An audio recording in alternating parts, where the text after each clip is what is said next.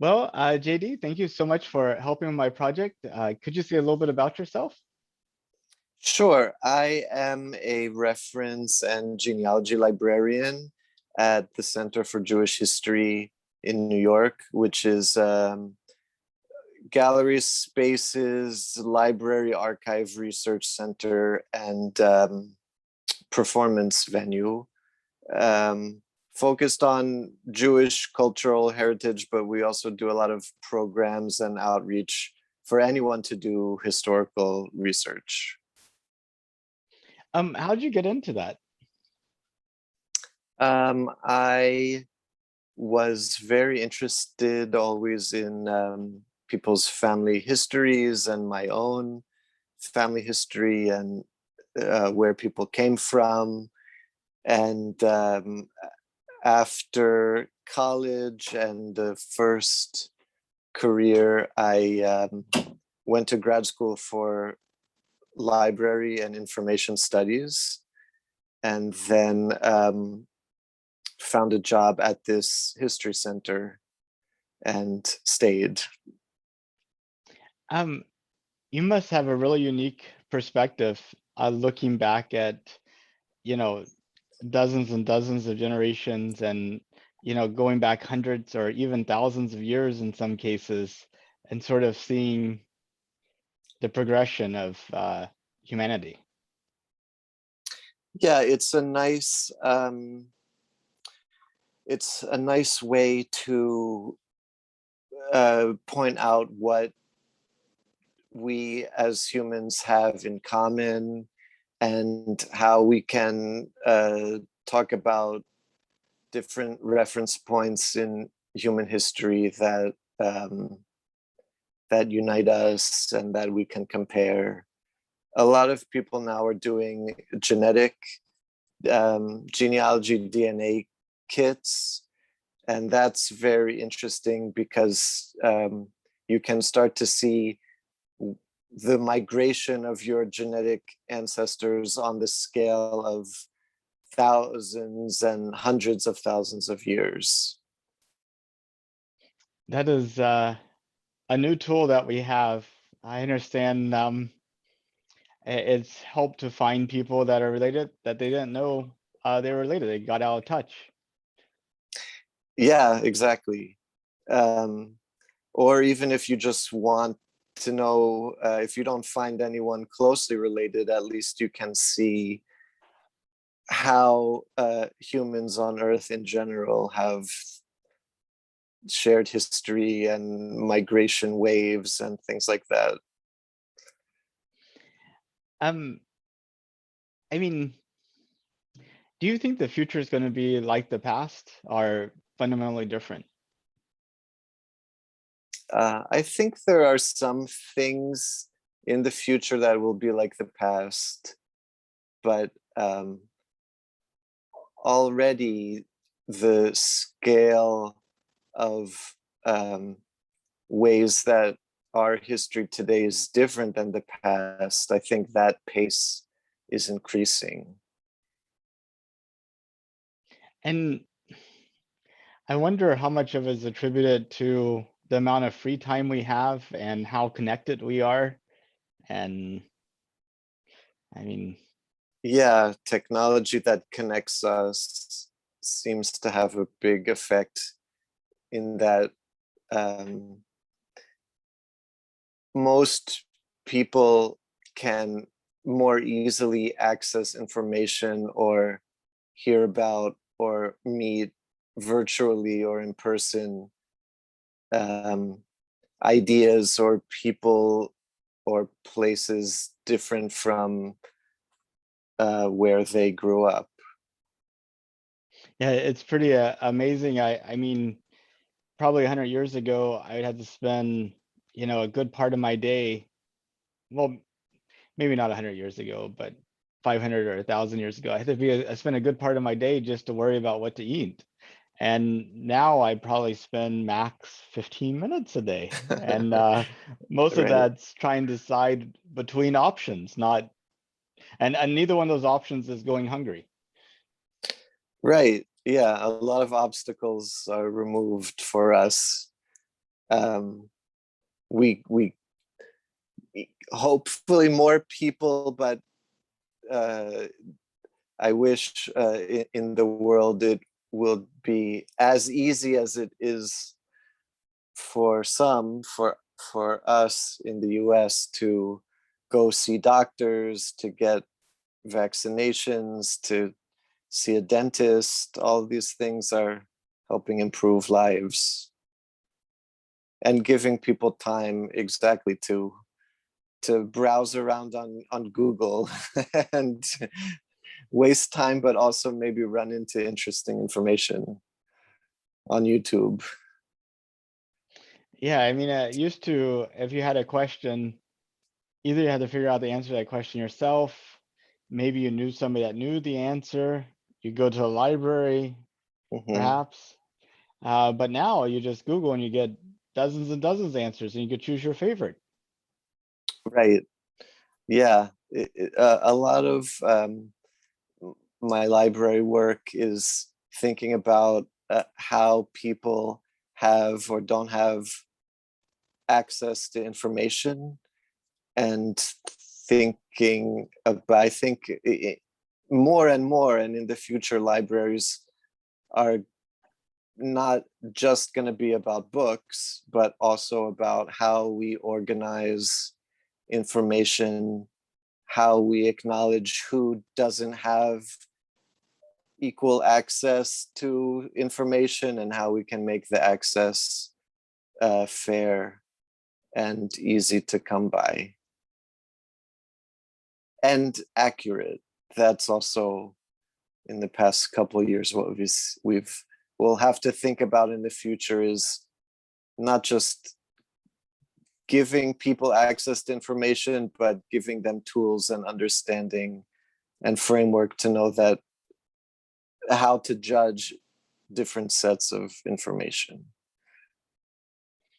Yeah, it's a real challenge. I mean, how do you think we would go about doing that? I mean, let's assume that you wanted to take a group of people and teach them a framework or a way to judge information. What would that process look like?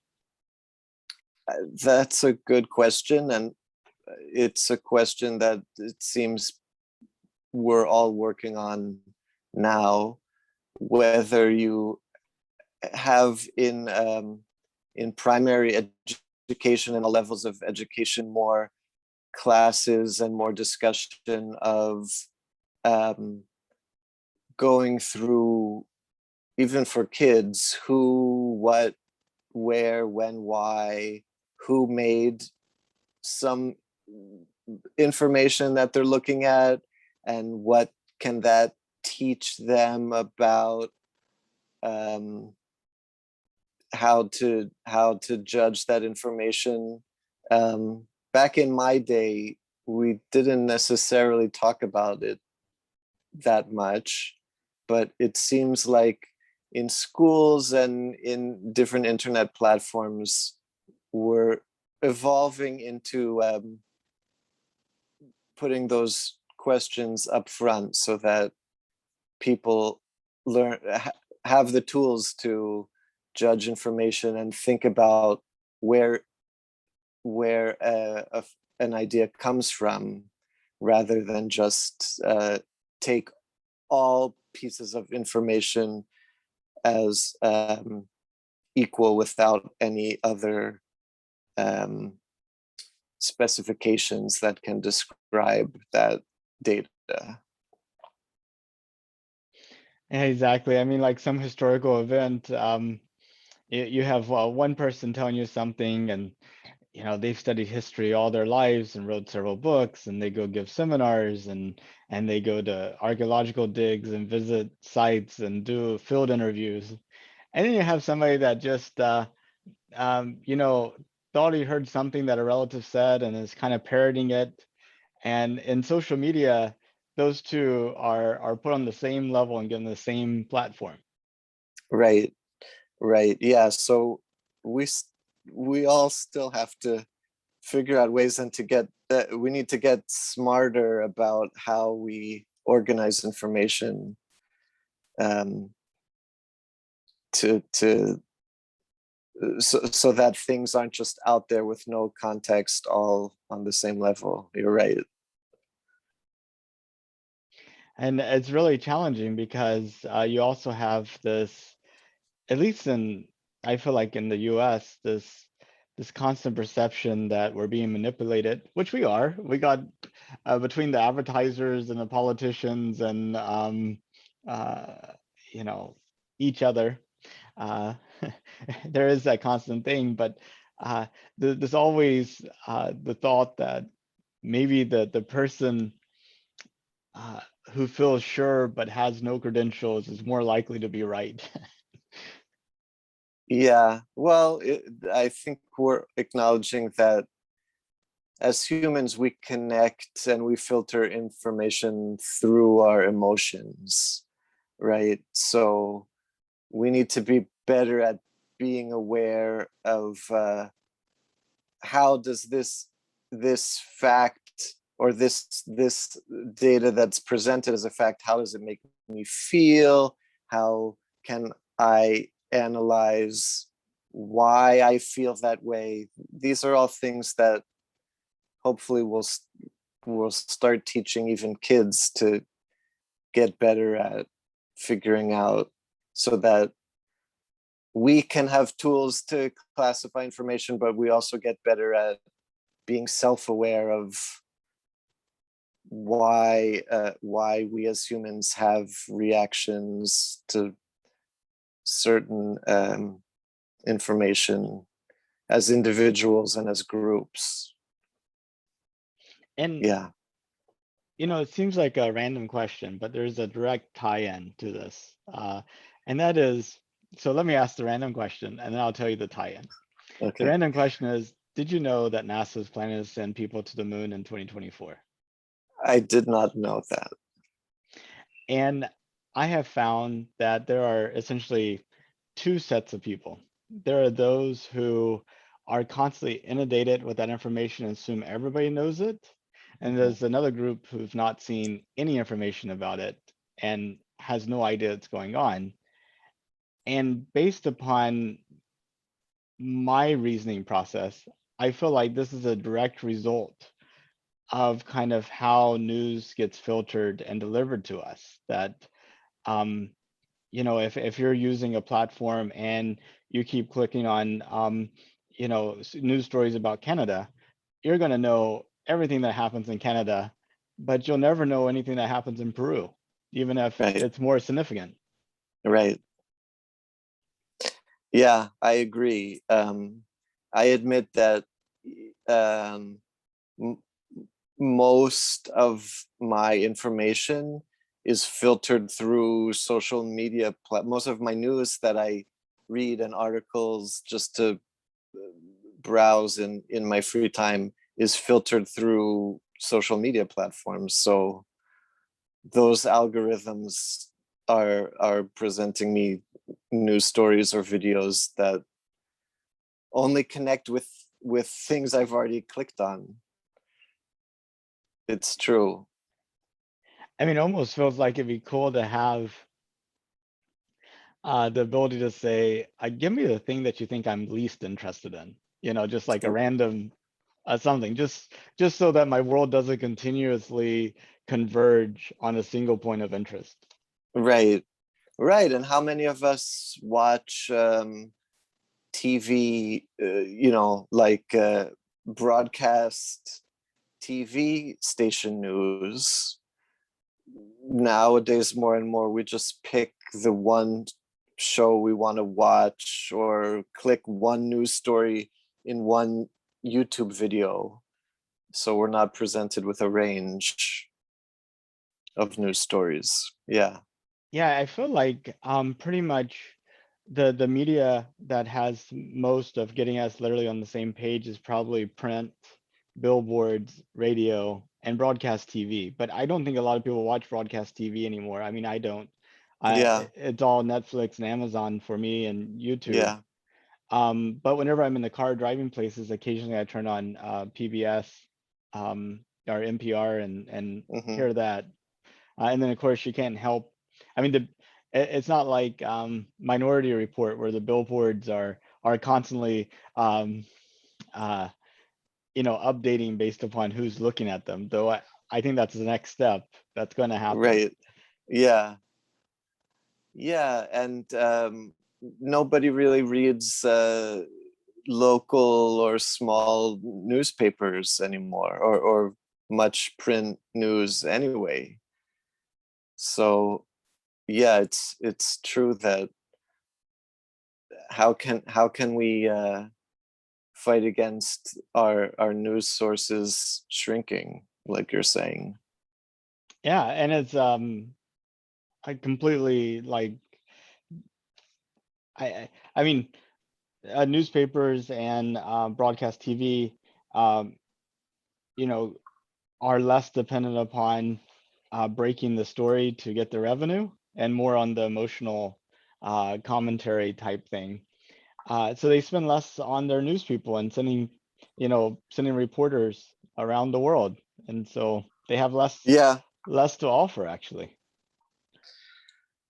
Yeah, true. And I've heard some analysis about how, for example, um, one way to look at it is that people are less likely to trust the media, right? Like whatever that means, because none of us know people who work in the media anymore. Like maybe in the past you would know a local journalist or a local news source would come interview you, or cover events in your town, and now everything is network larger network news, so people don't know reporters and journalists and neighborhood beat columnists. So I wonder if that's going to come back in a way. Kind of podcasting and right, like this projects like this one you're doing now are kind of like a local news. You're sort of like the new wave of a local news reporter, but um yeah, there's no local neighborhood news that everyone has access to really much anymore. Yeah, it is different, or even big names like Peter Jennings and Walter Cronkite, and uh, you know they had a reputation to uphold. Um, and so that provided kind of like a balance to what they would report, and in the sense that they would have some type of their credibility would be on the line, if they started reporting something bad. I mean, look at Dan Rather and the whole George W. Bush um, situation. Right. Right. And now there are just so many sources coming from everywhere that it's much harder, like we were just talking about, it's much harder for an individual to filter out or judge what's fact checked, what's professional, what's researched, and what's just opinion. Uh, yeah, opinion is fact. That's the new norm. Right. Yeah. That's the part of this, of what's difficult in our situation these days. I agree. Would you go up to the 100th floor of a building where 99% of the population thought it was safe and one architect thought it wasn't? That's kind of the situation we're in. We're like, as long as everybody thinks it's okay, it must be okay. Yeah. Yeah. um yeah, I hope that we develop ways to navigate and improve how information is organized. Um, well, now that you know that we're going to the moon in 2024, what do you think about it? Um, because of like recent stories, Bezos going into space, and again, because of the way my news sources filter the type of news I read, I read a lot and have in the front of my mind this idea or this criticism that a lot of that we have a lot of problems, ecological problems, humanitarian problems here on Earth, that we should divert money and resources to first before diverting money and resources to outer space exploration. But on the other hand, I also appreciate how the idea of people exploring space is important for our imagination and um, uh, giving credit to science and promoting science and math and engineering. So I can see both sides of it. Yeah, but I that's the impression I have these days, especially, is that it's debatable whether or not it's worthwhile right now in human history. Yeah, I mean, the ecological issues is definitely a big concern. I mean, whenever you see the Earth like this, you can't see my finger, but I am pointing at it. Um, you have a, I mean, I walk away from that thinking something completely different than whenever I see the Earth on a day-to-day basis. On a day-to-day basis, seems huge. It's like seems indestructible. It seems Mm-hmm. resilient, and you could do anything to it. But Mm-hmm. whenever you see it as a small little ball, you're like, it doesn't look Mm-hmm. as as strong as I thought it was. Right. Yeah, it definitely looks more lonely and fragile just floating up there in in blackness of space. But if you were to say divert those resources to address the ecological problems, Mm-hmm. um, what would that actually look like on I mean, like, what would you do? Oh, I mean, I think just the ideas that I know about, and I'm sure there are more ideas out there.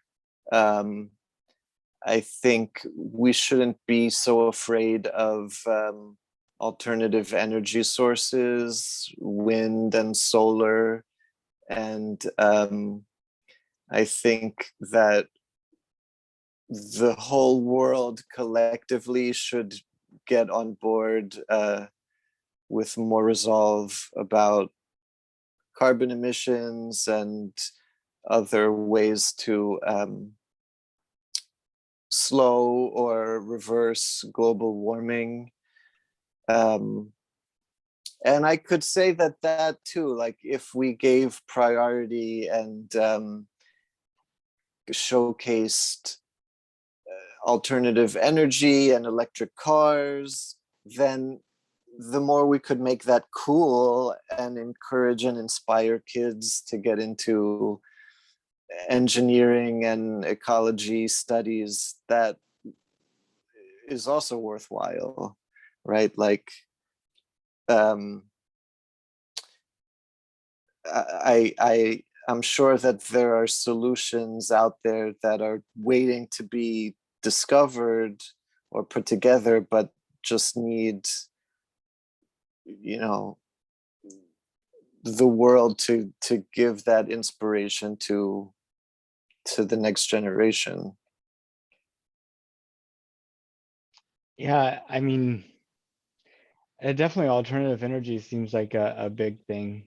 Um, I mean, one problem we have with solar panels is max they're useful for an average half the day. Mm, And then probably less than that if you consider weather. mm-hmm, Um, However, the sun is producing energy in all directions. mm-hmm, And if you were to construct a sphere that was the same diameter as Earth's orbit, and mm, you looked at the surface area of that sphere compared to the cross section of the Earth, mm-hmm, um, that would tell you how much of the sun's energy is going in other directions versus how much is actually falling on the Earth's surface. mm-hmm. And if you do the math, it comes out to be something like 1/700th billionth of the sun's energy falls on the Earth. Wow.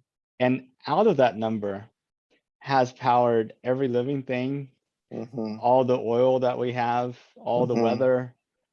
So, I mean, we literally have like unlimited energy available to us.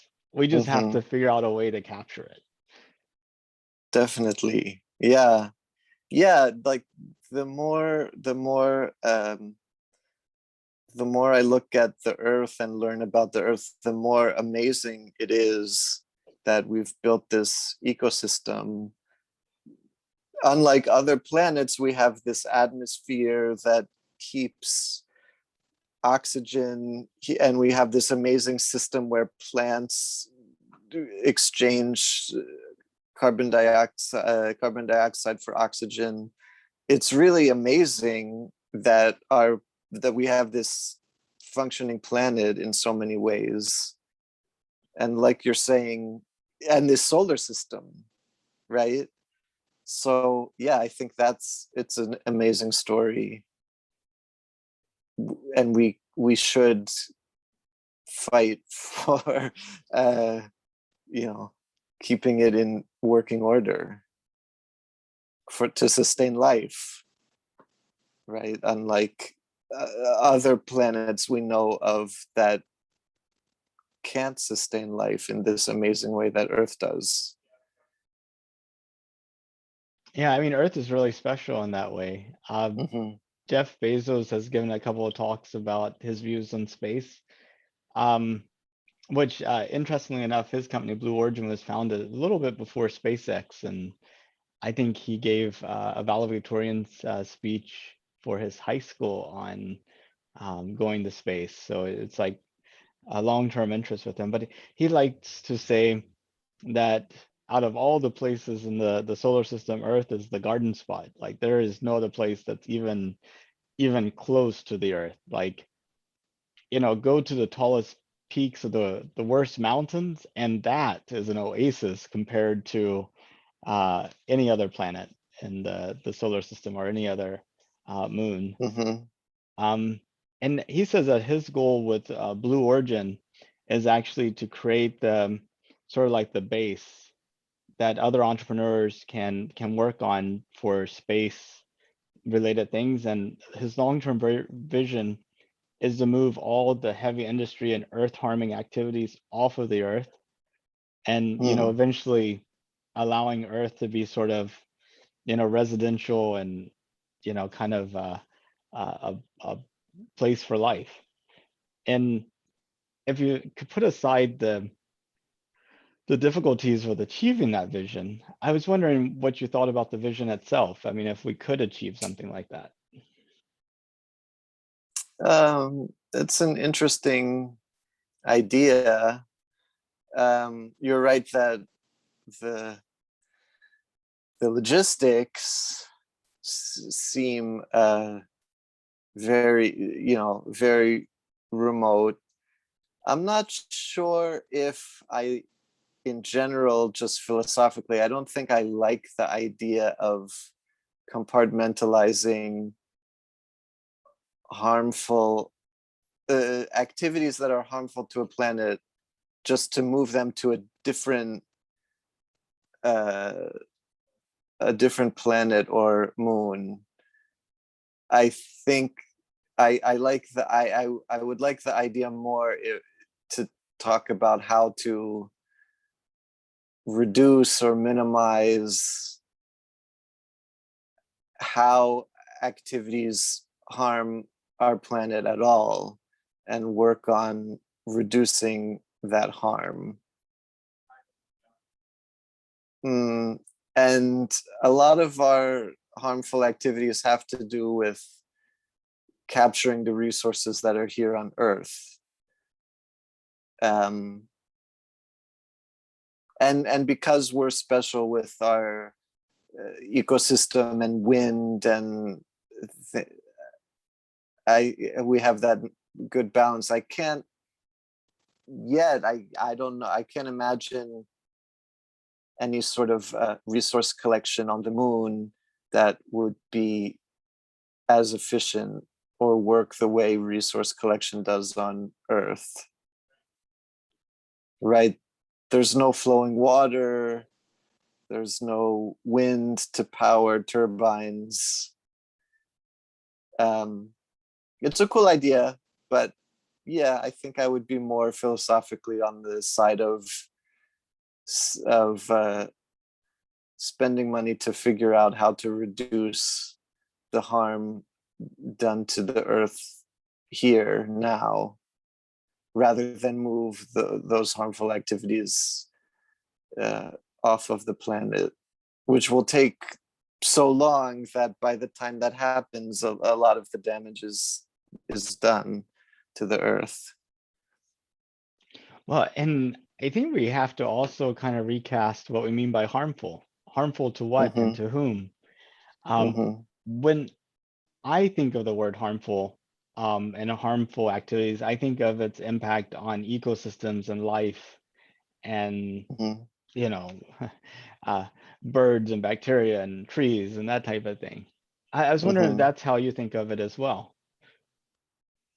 Sure, and how removal of resources or reduction of resources or byproducts of industries harm the ecosystem that we're a part of, right? That, like, we don't always think of us human beings as part of the natural ecosystem the same way fish and birds and bacteria are, but we're in the same ecosystem. So anything that's harming trees and bugs is potentially is harming us. Yeah. Yeah, I mean, so if you have a lithium mine in, like, South Africa, and to get at the lithium, you have to go and, I don't know, take up all the trees and dig big pits, and you have all this poisonous stuff coming out of it, that's causing everything around it to die. It's hurting the Mm-hmm. people. I would say that's a harmful activity, and we Mm-hmm. should not do that. But on the alternative, let's say you had a lithium mine on the moon. Mm-hmm. Um, you know, you're not disturbing any of the trees. The moon is already poisonous, so Right. there's like nothing there. And so now this activity, which is ultimately very similar in kind of what you're trying to achieve, has gone from being a harmful activity to just being an activity. Mm-hmm.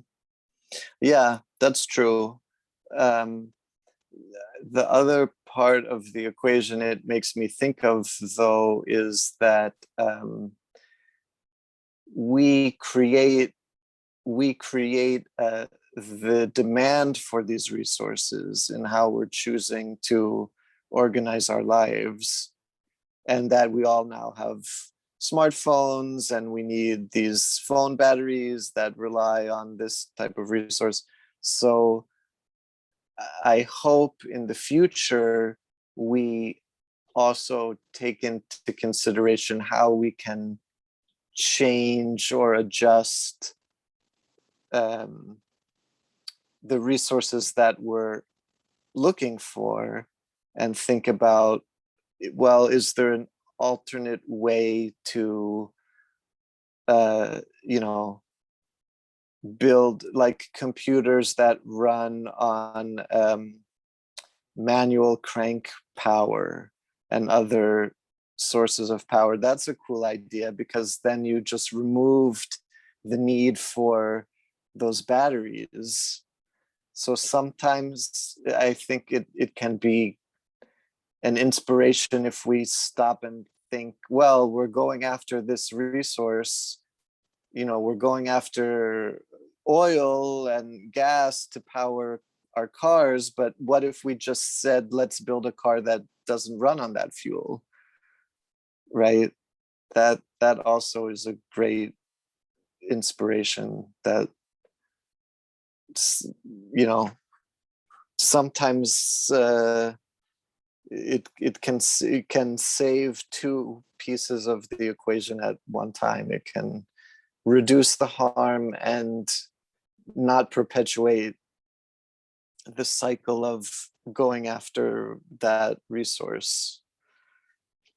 Yeah, I remember whenever I was a kid, I used to have like this little track where you take these little cars and you could race them around the track. And the little cars themselves had no batteries or anything. It got the power from the track. I mean, you could design electric cars so that, and the streets in the city, so it actually got its power from the street, and you don't need the battery at all. And you don't have to worry about running out either. You do have to worry about power failures. Suddenly you're driving in the. Yeah, it's interesting. Well, it seems like as long as we keep trying to head in the right direction, all of these technology ideas, some are leading somewhere that can reduce harm, some are interesting just for the idea, but the technology itself isn't so helpful.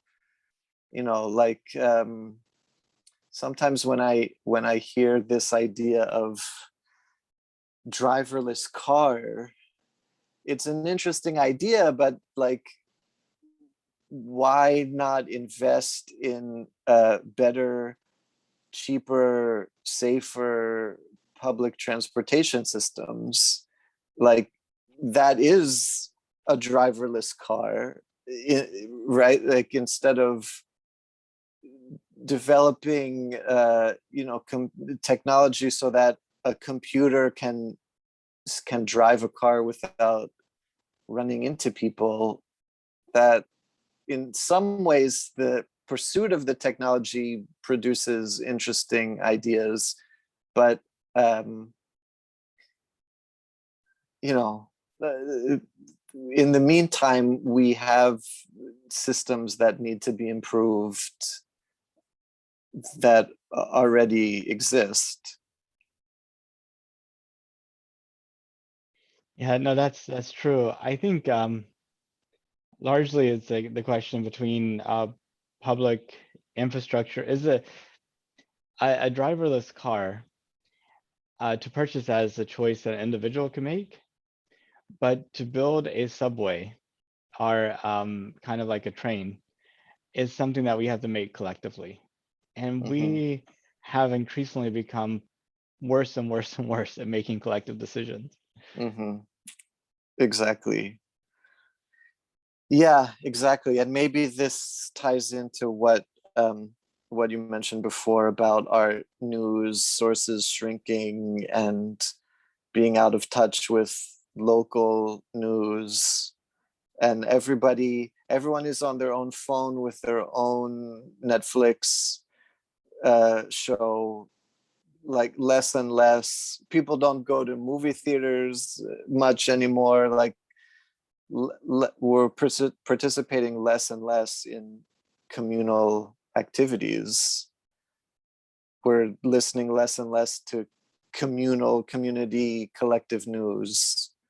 Yeah, I agree that we should try to reverse that trend, to rebuild this concept that we're all here on Earth together, and everything we can do collectively to improve our lives together also improves each individual's life. Yeah. Yeah, I almost feel like we need smaller communities that are tighter knit. Mm-hmm. Yeah, it's true that a lot of those community um, organizations are kind of disappearing in entertainment, in news. Yeah.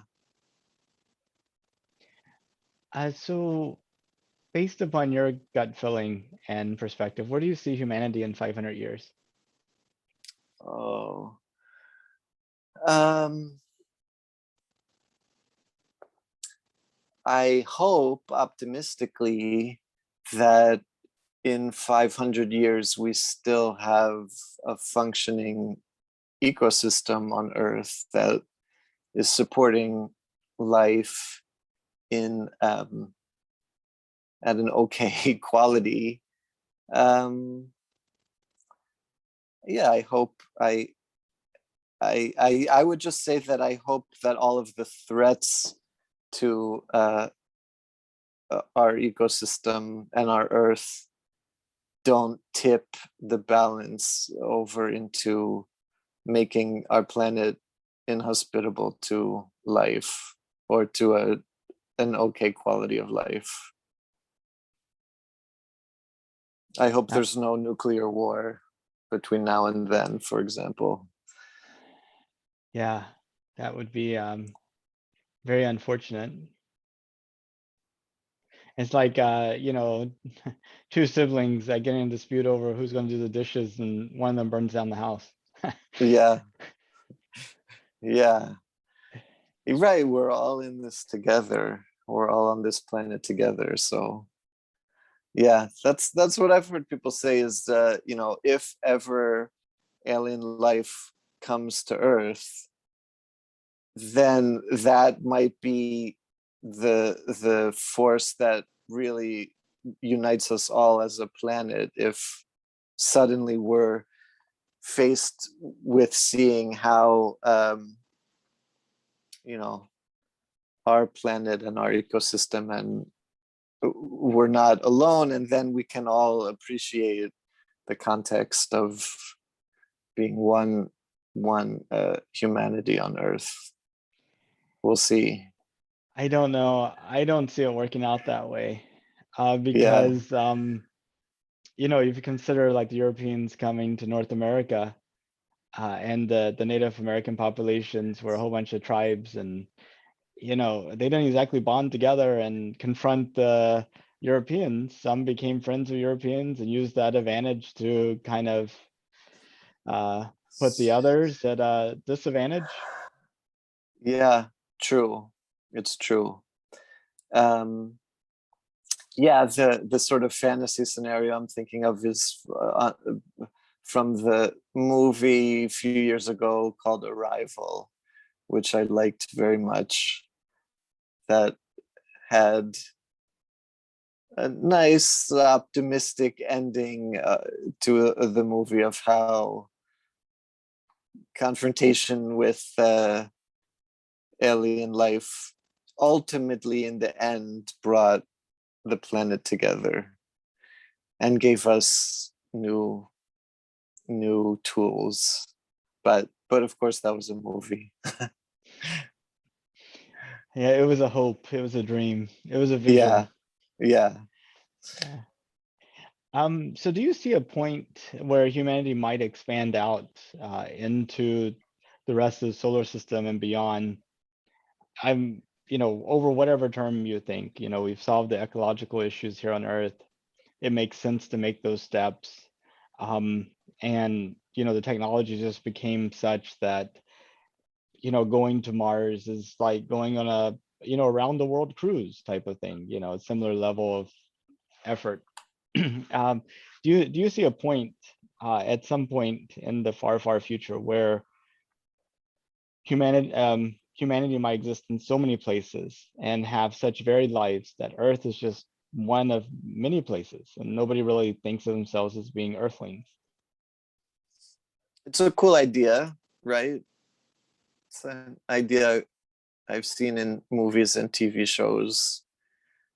um I guess it is imaginable, right? if space travel progresses in such a way that we can cover those distances and figure ways to keep ourselves alive.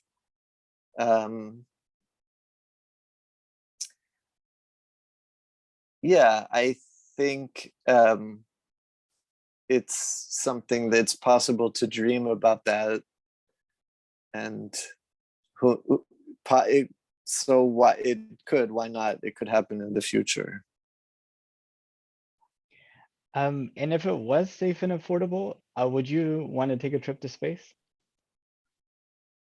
Um, if like you're saying in your scenario, it wasn't at the cost of the ecology of the Earth, sure. If it was safe and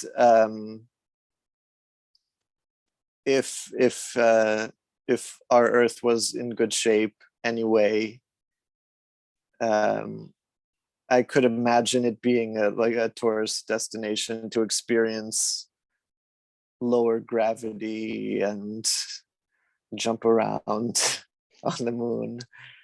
Um, yeah, uh, if in this dream it's safe and um, like an everyday kind of trip that we might take now just to go to a different city, if it could be to the moon, I can imagine. I can imagine that. Yeah. Well, I know we covered a lot of topics, but that's pretty much all my questions. Was there something that you wanted to talk about or ask? Um, I I wore this T-shirt was an exhibit that from my workplace called Jews in Space, and I thought one interesting detail of that exhibit was bringing together the past and the future, um, and in this like specifically Jewish cultural heritage perspective, how um, mathematicians and engineers and thinkers in the past um, thought about Earth and stars, astronomy, and that also made me think of other long history civilizations like India that has a similar history of constructions for observing space and planets. Um, so I think that's something I wish I had learned more about in school, um, like how space exploration or these engineering and observation ideas that are applied now to space exploration have a history that's really thousands of years old in different communities and different civilizations around the world. So I think that for me, given my job, that's a cool part of the story that I like to put out there. Yeah, and What do you know about in, ancient Indian civilization astronomy? not much, unfortunately. I know Mm, that astrology is a big, very popular there, and I think I had heard that really came like from the Persians. Um, yeah. and there's this idea that you could some come kind of predict the future by looking up is kind of interesting one. I'm Googling it, but I know that there's some in India somewhere. There's like almost like a park with these constructions, steps, and different observation platforms to look at the stars. Do you know about that? I Um, don't, but I you know knew, what I'm talking about, right? um, I can envision it, but Yeah.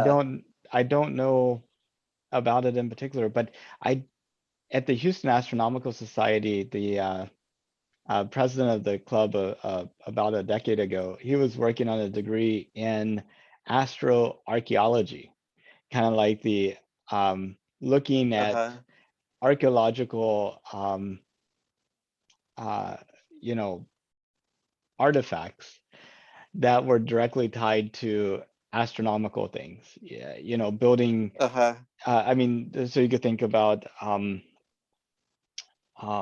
you know, building buildings so that on a certain day the light would go through this hole and cast this beam, Mm-hmm. and that marked the you know, kind of like the transfer, the you know, the days in which the nights were going to be longer than the days, or something like that, you know. Yeah. Oh, I found it. So I feel this I like this idea of bringing it back to India. So Jantar Mantar in Jaipur, a collection of 19 astronomical instruments, completed in 1737. Um, yeah, so I wish that I wish there was more out there about how all parts of the world have contributed to space exploration. I think that's a nice idea in our collective thinking for centuries.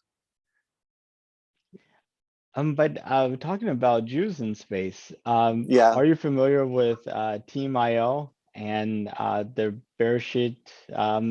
I'm probably Oh, messed up the name. Lander on, I think it was like in 2018. Yeah. right, right. That it was not successful. Well, it successfully got to the moon. Right. So I mean, that's a huge achievement. Yeah. It didn't do a soft landing, but did do a landing of sorts. Okay. Good. Okay. I do remember that news. So I'm glad that you who knows more about it put that into perspective that it was semi-successful. Yeah. I do remember that news. And I bet that there will be more Israeli space exploration work because if it, like you're saying now, if it was successful in some ways, even if not in the landing, then they'll probably try again and And learn. and they are. They are. Cool. There's a second attempt, and I actually talked to one of the leaders of that project for Oh my yeah. countdown to the moon thing. I'll send you the link to that interview. Okay. Cool. Wow. Cool. Well, see, it's so interesting um, how even without when you asked me to do this, I didn't necessarily think I had a lot to say about space, but it's interesting how once you get going, I think almost everybody has some imagination and curiosity and something to say about going into outer space, going to the moon. Yeah, I think we could have better lives and a better society if we ask better questions, as opposed to where can I get the cheapest gasoline, or what's the best route I could take, or you know, how are you doing? We ask people Right. about, you know, what is beauty to you? Yeah. What's beautiful? You know, Yeah. what's meaningful? Exactly. Yeah. Oh, well, thank you. This was actually very inspirational to talk about. So unexpectedly, I thank you too for asking me to do this interview. Well, I really enjoyed the conversation, and I hope someday, you know, we can have a cup of coffee or tea in New York. And I would love to Definitely. see your library. yeah, we're hopefully will be open again to the public soon. Center for Jewish History, it's cjh.org if anyone wants to visit the website. And yeah, I hope soon that